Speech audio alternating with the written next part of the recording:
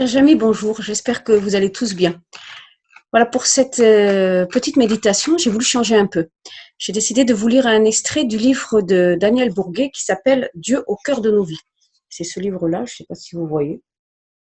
Voilà, ce texte s'appelle La parabole du pommier. Donc, l'auteur raconte qu'il devait prêcher sur ce verset qui est de Colossiens 3, 12, 15. Et par-dessus tout, revêtez-vous d'amour. Il avait du mal à trouver quoi dire sur ce verset et il dit « Je suis allé m'asseoir sous un pommier de chez moi pour réfléchir à ce curieux verset. Soudain, je sentis une branche sur mon épaule. Le pommier sous lequel j'étais assis me dit alors « Je vais t'expliquer ce qu'est l'amour et pourquoi c'est le verbe revêtir qui est utilisé. Il s'agit bien d'une comparaison. Cependant, cette comparaison n'est pas empruntée aux hommes, mais aux pommiers. Nous, les pommiers, nous nous revêtons tout d'abord de feuilles durant le printemps. Et par-dessus tout, nous nous revêtons de pommes. Crois-moi, il faut du temps pour s'en revêtir.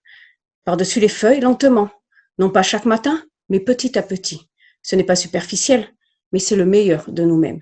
C'est une part de nous-mêmes. À vrai dire, c'est notre véritable activité. Nous ne faisons que cela. Nous revêtir de pommes. Je crois que pour vous les hommes, il en est de même de l'amour. Et c'est ce que dit Paul. Revêtez l'amour par-dessus tout le reste.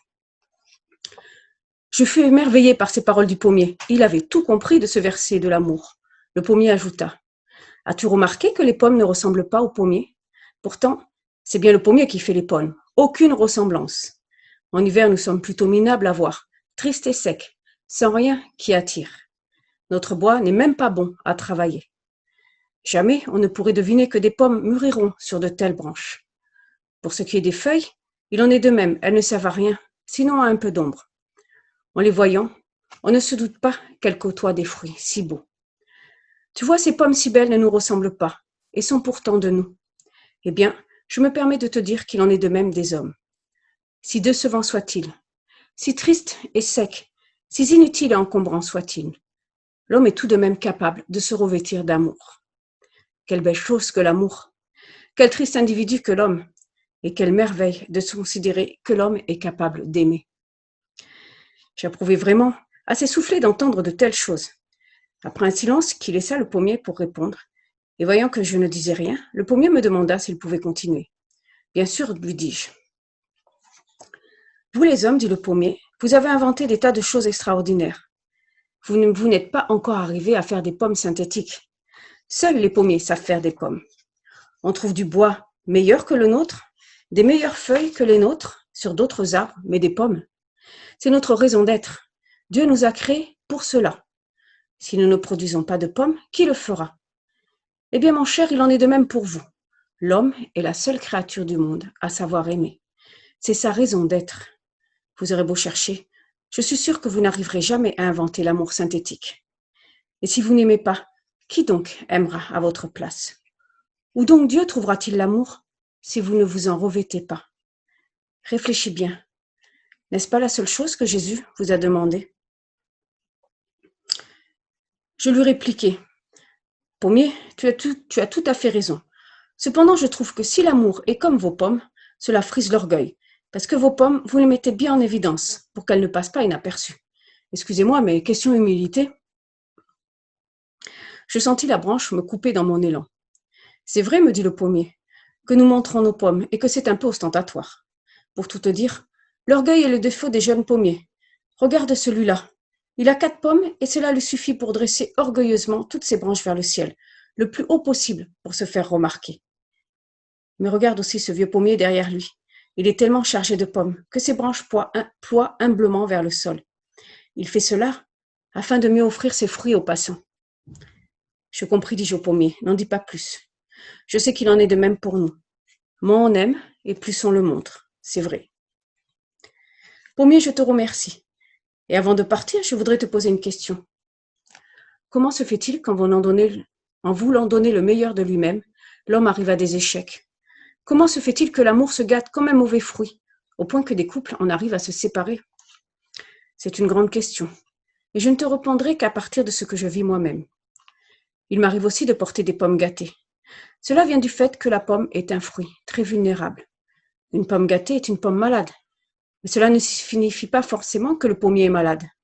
Le pommier souffre d'avoir à montrer ses pommes gâtées, mais il ne perd pas espoir pour autant. Il sait qu'il pourra toujours donner d'autres bonnes pommes. Sans doute en est-il de même pour vous. Il arrive qu'un amour soit malade et gâté, mais cela ne signifie pas pour autant que l'homme aux fruits gâtés est lui-même malade. Il lui est toujours possible d'aimer à nouveau, plus humblement, mais avec d'autant plus d'espérance qu'il aura souffert de sa pomme gâtée.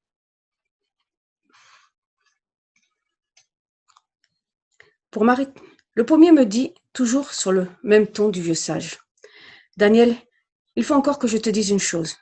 Tu as pu remarquer qu'un pommier est capable de produire des dizaines de kilos de pommes.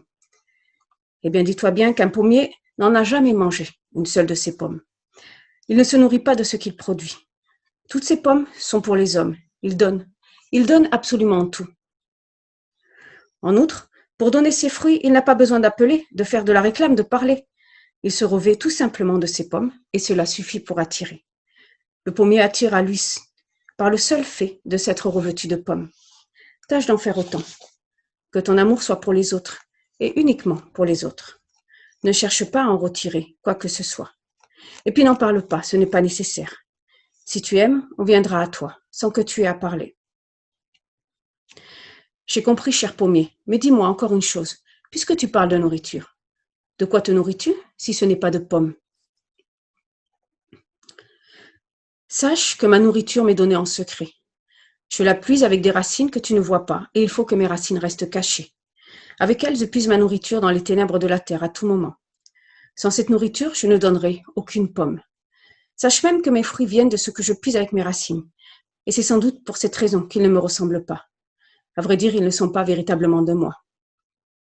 Sache qu'il en est de même pour vous, les hommes. Ce qui vous est nécessaire et aimé est puisé en Dieu, dans le secret de votre prière. Je ne t'en dis pas plus. Applique-toi à la prière, et tu te couvriras de fruits.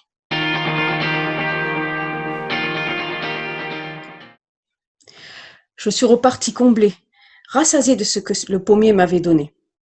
En partant, je suis tombé sur mon cousin qui s'occupe du verger. Je lui dis: « Dis donc, Patrick, ça pousse tout seul ?» ?»« Comment ça, tout seul ?» me répondit-il. « Tu es bien intellectuel. Si tu savais tout le temps que cela me prend pour qu'un pommier donne des pommes, tout le temps qu'il faut pour tailler, arroser, traiter. Tous ces fruits que tu vois, ce sont des heures et des heures de travail, des journées d'attention et d'espérance. Et puisque tu es pasteur, je t'avouerai que j'aime mes pommiers et que c'est pour cela qu'ils ont de beaux fruits. »